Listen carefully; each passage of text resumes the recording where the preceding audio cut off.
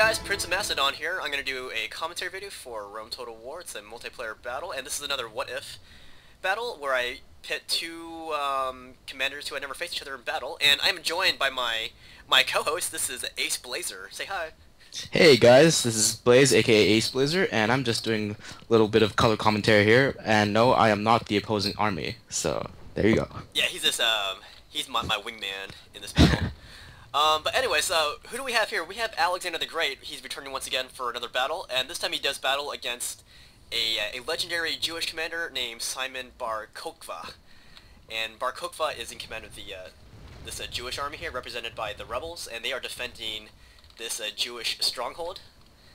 And yeah, this is the Alexandrian invasion force. It's I'm gonna write down the troop composition. You can just read it. But yeah, I do have all my cap in the back. This time I'm assisted by these siege towers. He had siege towers when he went to Tyr. He had battering rams. He had catapults, like primitive types. Oh wow. Anyways, I have started the battle by attacking this wall here with my onagers, and it's crumbling. And then Ace Blazer, he's been doing some research on these guys. Only a tiny bit. It's a tiny bit. Just to get my general knowledge up. Exactly. I'm guessing this is gonna be representing Jerusalem, eh? I guess. Well, I'll just call it a generic. Generic Eastern city. Yeah, I don't want to offend anybody if Jerusalem falls, so I'll just say it's a generic Jewish stronghold, I guess. But let's see. This guy, Simon Bar-Kokhba, he didn't fight the Greeks, he actually fought the Romans. But this is the what-if battle, so I'm pitting this guy against one of the finest Greek commanders, one of the finest siege commanders in history, Alexander the Great. And Alexander is going up against one of the finest ancient Jewish commanders, Simon Bar-Kokhba. So yeah, I tore this wall down here. I sent this replay to Ace, so he can watch it beforehand. Yep, watching this live. We're watching it live. And Ace can provide his own analysis on the battle. Yep, maybe some historical tidbits. Oh yeah. You see this? I'm not sure, Ace, do you play a lot of campaigns? Yeah, lots. Yeah, do you see what my opponent's doing here? Where this breach is in the wall, he formed this little, circle. This circle here. Is that common in campaign play? Yeah, a lot, just to try to bar the openings. Yeah, that's a pretty good move. I guess because I don't play a lot of siege battles, I don't really encounter this, and I don't campaign at all, so I don't really see this often. No. I've seen it in a few bridge battles, but yeah, I don't really... Oh yeah, definitely you see it in tons of bridge battles. Just hold the choke point type of thing. Exactly. Let me talk about this Bar-Kokhba's army here. What I give him like 12 Judean zealots, and the rebels actually have them. These guys are pretty cool. They look like ninjas. And I gave him like gold upgrades. I gave the commander, here's the commander, that's Simon right there. I gave him like, I think some experience upgrades as well. And I'm not sure, how many town watch is there? Like 4 town watch, I think? I think it's like 2. Oh no, it's 4. Yeah, it's 4. They're on 4. The walls. Yeah, these guys represent the, like when the Bar-Kokhba, when he took over the Roman garrisons, he would equip some of his men with Roman equipment. So this town watch is representative of those troops. And my opponent, well, actually it was kind of my fault. I didn't know the rebels had 2 units called skirmishers, and one looked more like what I'd consider to be an ancient Jewish peltist, but my opponent picked the first skirmisher, and they look more like Egyptians. So that's why these guys look like Egyptians. It's because they are Egyptian. That was a mistake, but it's only a cosmetic issue. But they represent Jewish javelin throwers. They probably just would have picked whatever weapon they could off the street. Maybe chop some trees down. Exactly. Pick up some sticks and toss them. Yeah. Take this, you bad Roman invaders. Let's see what's going on here. Yeah, he's taking his men off the wall because he sees me, like, smashing it with my onagers. Yeah. It's gonna disorganize his troops a lot, though, because it takes a long time to put your guys on the walls and take them off, take them on. A lot of pathfinding issues, too. Oh yeah, yeah, they're coming out like single file, Yeah. like little school children. But Little school children. pretty much. Now, kids, there's a tornado coming. Single file. Get to the bomb shelter. Now, the honored your shelter. Yeah. So, who was the Roman emperor during the Bar-Kokhba revolt? Oh, that would be I believe Hadrian actually.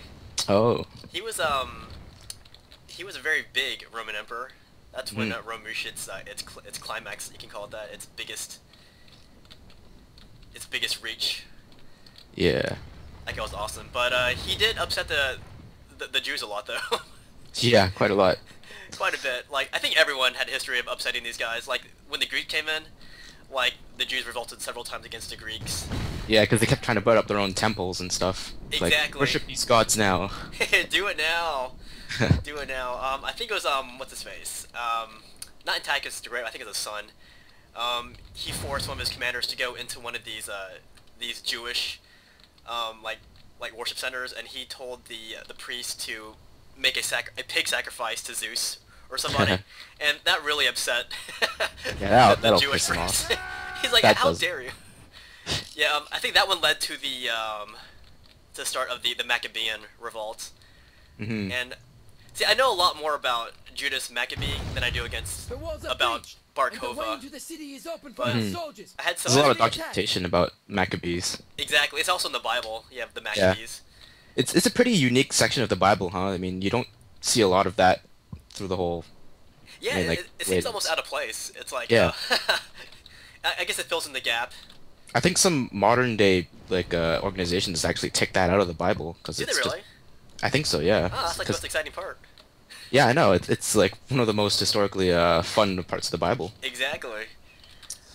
But yeah, Like even if you're not religious, it's still pretty like interesting. That's the thing. it's awesome. Yeah, and like if you read like the King James Bible, it's very well written. Mm. Like if you just like literature, it's nice to read. But yeah, I know like a lot about Judas just because he fought against, I guess one of my Hellenistic buddies, I guess you can call it that. And I like it when people fight against these Hellenistic kingdoms, even if the Hellenistic kingdoms lose. It's just fascinating. Yeah. These guys. Yeah, it's pretty interesting to see like the struggle between the Hellenistic peoples and the Jews in that section. Yeah, it really is like Like And- the culture battles and stuff. yeah, such a contrast in cultures. Oh yeah, huge. Yeah, like the Greeks, they had their many gods, and then the Jews had their one god. Hmm. It's just crazy. And then and like even when you read about Judas Maccabee, how he fought, like he was a guerrilla fighter, whereas the Hellenistic kingdoms, they were more, form up for battle on the open plain, Yeah. and then march right at you. And yeah, Judas wasn't having any of that.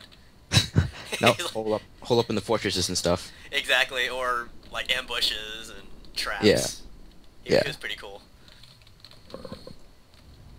It's pretty cool until they do it to Alexander. Then I get kind of ticked off. Like, how dare you? Come back here. Get back here. Oh, but you can see my opponent. This is Simon Bar-Kokhba. You can see every time I open a breach in his wall, he does that little choke point defense. And these are just Judean zealots. You notice though that some of his guys will die under the stones. Oh, exactly. I was hoping for that. Like, there they are. Look at those dead guys. Yeah. Poor dudes. And we have a random dead Egyptian over here somewhere. Not a good way to go. Exactly. Get crushed under masonry. He could have met Alexander, but no, he had to No. be too close to the walls. Nope. No siree. Let's talk a little bit about the Macedonian army though. Oh, sure. So it's like kind of units here. Let's Got see. Well, like, over here on Like- my far right, I got my Hypaspes, those are my royal pikes. Those are Alexander's. Those are his personal foot companions. do you think that they would be called a Hypaspestai? Like, is this what they're supposed to be representing? I mean, Because I thought Hypaspestai would be like the hoplite people. yeah, I mean, there's a lot of debate as to how these guys actually fought. So if they called him Hypaspes, I wouldn't complain because like no one actually knows how they fought. Hmm.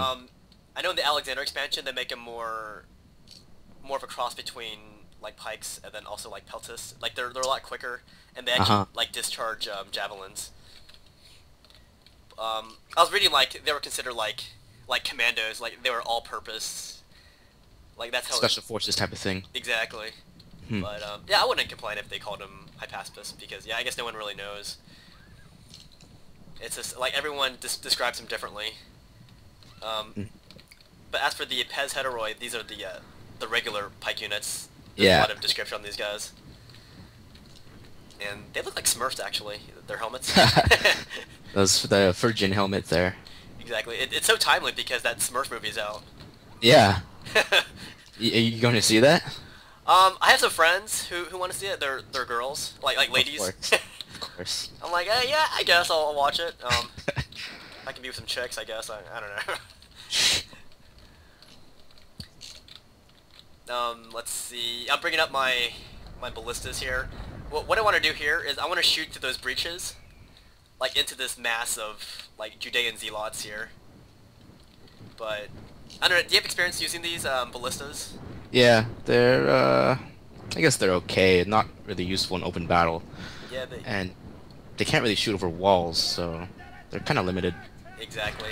Like this one, it killed one guy. It was a direct hit too.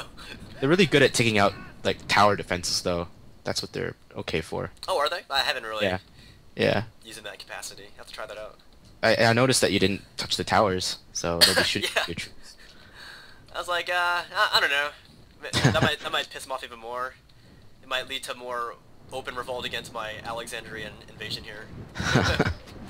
I don't want to pull a Hadrian on these guys. Oh no. So what kind of do you know of anything like what Alexander did around this region, like the southern Syrian region, modern day Israel?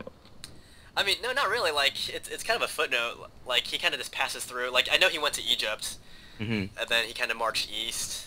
The places he stopped at were like near the Hellespont. Mm-hmm. He did march like around there, like the Palestinian region. He laid siege to Gaza, Mm-hmm. but yeah. But most of what we know, like some of it, just comes from like Jewish legend, and you don't really know if it's actually Yeah, if it actually, actual.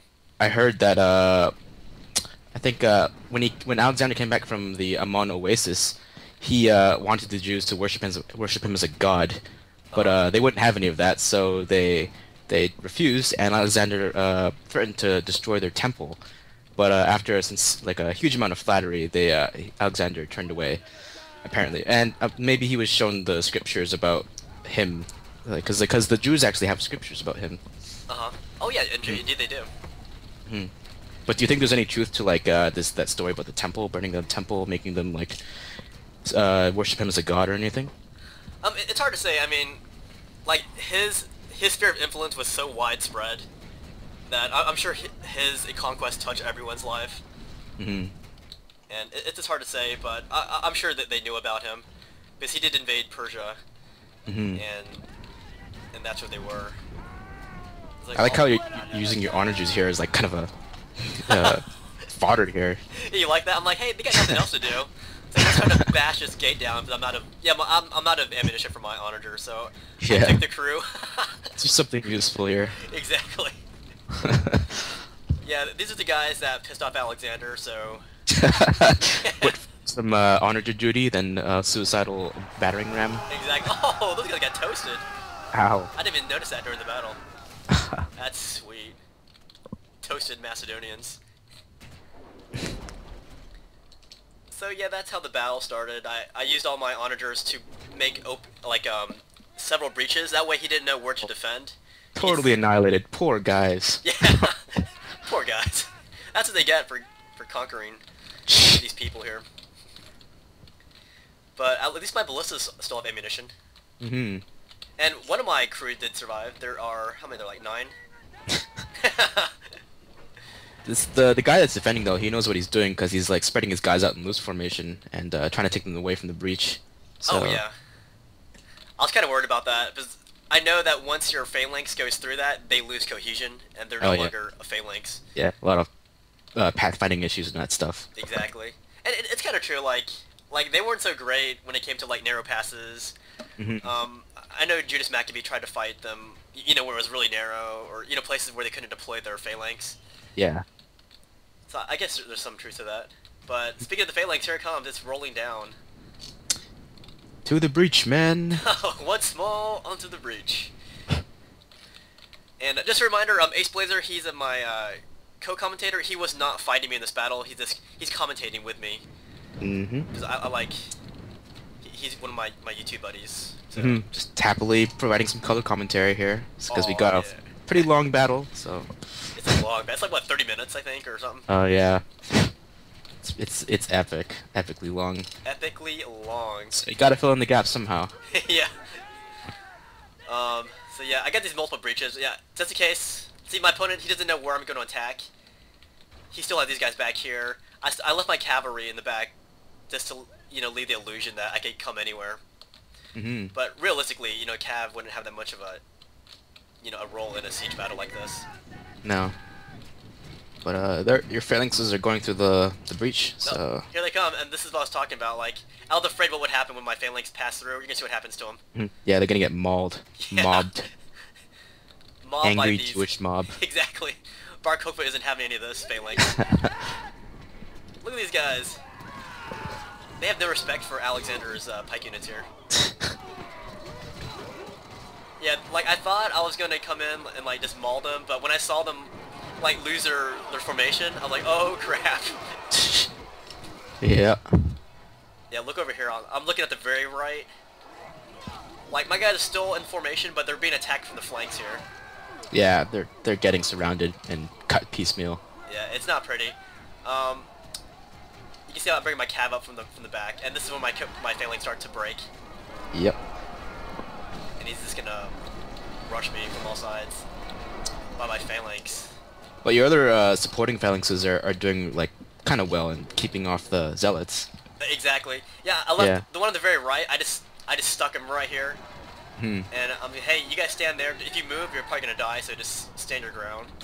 Just using the phalanxes in like a, let's say, defense through offense type of capability thing. Exactly. Like in Gaugamela, Alexander advanced his phalanx in kind of what it was an attack, but in the end it turned out to be like a defense, wasn't it? It kind of like because he was so outnumbered. Yeah. Oh, on the left breach, you can see my opponent and attacking my phalanx. His guys poured through. He didn't see that, and this was my opportunity where I struck with all my cav, and I knocked all of his Judean zealots right here down. Yeah. Probably should have kept his guys inside the walls. Yeah, it's like his guys were probably targeting my pikes, and that's why they probably rushed out of there like that. And look, he sees what's going on, and he's gonna keep pouring it. He's like, hey, you know, they're already out in the open, so let's continue the massacre. Yeah, that's the kind of fight that you want him to do. Exactly. I can let my companions and my other cav do their thing, and let my pikes, you know, maintain their cohesion out in the open here. So here he kind of sees what's going on. He's like, oh crap, maybe I shouldn't go that far. Fall back. Fall back. And oh yeah, the reason why I made the Judean army so big, or this Jewish army so big, is like Simon, he had a huge, like a massive army. Like the revolt was like nationwide. His army would have reached about 200,000, 400,000. That's why I made it like way bigger than mine. Did it affect like the Jewish diaspora, like all over the empire, or? Yeah, like some people consider that. Well, I think, hold on, I might be getting confused with the other revolts, but yeah, some people consider that to be the diaspora. But yeah, at the very end of the of Bar-Kokhba's revolt, I believe the Romans slashed like 50 fortified towns and 1,000 villages, and they massacred like so many like Jewish people. Yeah, Hadrian tried to like basically annihilate their whole culture, eh? Yeah, pretty much. He's like, you know, if we can't put down these revolts, we'll just, you know, kill them at the source. Yeah, because they've been causing trouble for like nearly a century. Oh yeah. The Romans, at least. Yeah, even the Greeks, like. But yeah, I guess these conquerors, you know, they underestimated the, you know, the religious faith of these guys. Like, they don't want to be told what to do. It's not good. Yeah. Oh, over on the right, this is why I poured in my elite Hypaspis, my royal pikemen. Here they are. They're pushing through. I felt this is my opening because his guys fell back after all that commotion. So I'm gonna push through here. I got my cav ready to pounce once I see an opening. Mhm. And he's leaving his a lot of troops in the far left in that choke point there. Yeah, yeah, he is. So he could have brought those over. Well, at least a couple to back Exactly. him up. And oh, here he decides to mad rush my hypaspis. These guys can hold their ground a little bit better because they're already past the breach, so they can maintain their formation. Mm-hmm.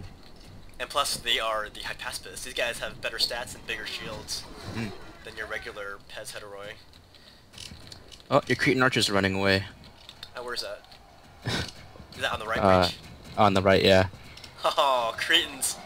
Oh no. Oh no. So, speaking of Cretan archers, do you think they're like as good as their reputation suggests? Because a lot of people talk about like maybe like the Persian archers or Syrian archers who have a bigger what do you call, let's say, archer culture, but the Cretans, you don't hear too much about them. All you know is that Alexander and the Romans hired them.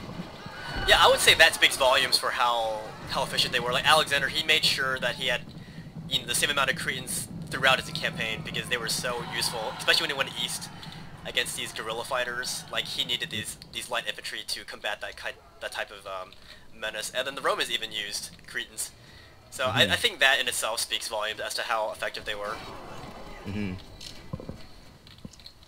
Oh, look on the right, my opponent's doing another mad rush on my pikes, and you can see The here hypaspis are getting mobbed. they are getting mobbed. And he wasn't sure if he should go for my horses, but I sent them way out here to his town square. I didn't realize you needed infantry to capture that. Actually, you don't need infantry, but if there's like even one enemy unit on the town square, it'll revert back to. Oh, nice. Yeah. Good to know. So Yeah. that's probably why he was like, should I send my Judean zealots there, or should I stay over here? But here's a crucial part. Another crucial part. His guys are dying on the right breach, and that's when I poured all my cav to just mad rush that section. And now I'm gonna do some hammer and anvil strikes on the backs of these town watch here, and they were left in place by my pikes. And there they go. There they go. That was very crucial because like I had no more infantry. I had this one pike unit here. Yeah, and now the unit on the far left is isolated from the town square. Exactly. So that was a huge worry. Oh, here's another depleted one. Is that I'd have to fight these guys with cav, and the Judean zealots are actually good at fighting cav. And here's gonna rush me with this town watch, so I'm just gonna mad rush him. And there's my general. I'm using Belle's mad pack now, so that's my general skin for the Greeks. And look at this. I sent some of my cav around this way. I'm gonna send them around this street here. I'm gonna come in from behind on these this massive Judean troops. Oh. Oh, look at that! We killed Simon. There goes Bar. There goes Simon. Yeah, there goes the revolt. Yeah. So here I ran my cav out. I wanted to preserve them, and I wanted this guy to go head on into my phalanx. And this is the kind of fight my phalanx can fight when they're in formation. Oh yeah, they're getting mauled. But oh, did you just leave phalanx? Oh, that's weird. It's probably a stupid Glitch. thing. Yeah. Yeah. But these guys broke through. I'm just gonna mad rush them with my cav, and I'm gonna use my pikes to help out. My Yeah, pikes it's quite in a the mob. back. I think he's trying to like run his guys through. Yeah. So they're starting to route here. Look at this big rusher. See, fighting my guys through the breach is one thing, but fighting them while they're in formation is another. And now they're all breaking. And at the same time, my formation is breaking too. But as they retreat down this alley, I got some cav waiting for them. So there's no escape here. I'm gonna crush this revolt. Just about finished. Just about finished. What were your thoughts on the battle?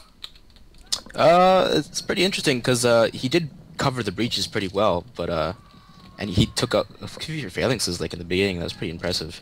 Yeah, my phalanx was getting cut to shreds. Yeah. No me gusta. But somehow you got through, so that's pretty interesting. Yeah, in all that chaos, you know, I just found the opening, but without that opening, I couldn't have penetrated this defense here. So what kind of tactics and like weapons do you think the Jews would have used? Like, were they very organized? Do they have a lot of knowledge of like tactics or what? They would have studied their opponents. They would have taken equipment that the opponents left. They would have fought in the streets. You know, anything so that they wouldn't fight the way their opponents, the Romans or the Greeks, wanted to fight them. They would do ambushes, set traps, but pretty much they don't want to fight in a set-piece battle against these guys because that's where they get mauled. Like Judas Maccabee tried a set-piece battle against the Seleucids, and he got it handed to him. But Looks like it's just about done, so it's only 1 unit left at the town square. 1 unit left, yes. So Ace Blazer, will you be returning for the return battle for more commentary? Yes, I think I will. Awesome. If you have. Of course. Yeah, Ace Blazer, he has his own YouTube channel. You guys can look it up. I'll link you guys in this battle. It's a real honor to be commentating with Prince of Macedon. I'd like to thank him a lot. A real honor to be commentating with Ace Blazer.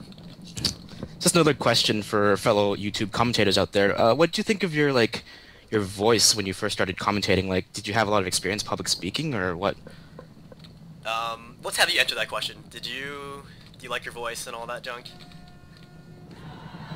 Sorry? What about you? Do you like your voice? No, I don't like my voice. You know, I don't like my voice either. Hopefully someone likes our voices. Hopefully. Yeah, it seems to be like a common thing, though. Commentators don't really like their own voices for some reason. Yeah, people don't like the way they talk. I think people, they all picture themselves sounding like Shakespearean, but when they hear themselves, they're really disappointed. Yeah, they have this image in their mind. Yeah. You know, I consider myself to be like Patrick Stewart. But, nice. When I hear myself talk, I'm like, ooh, that is not Captain Picard. That's that's something else.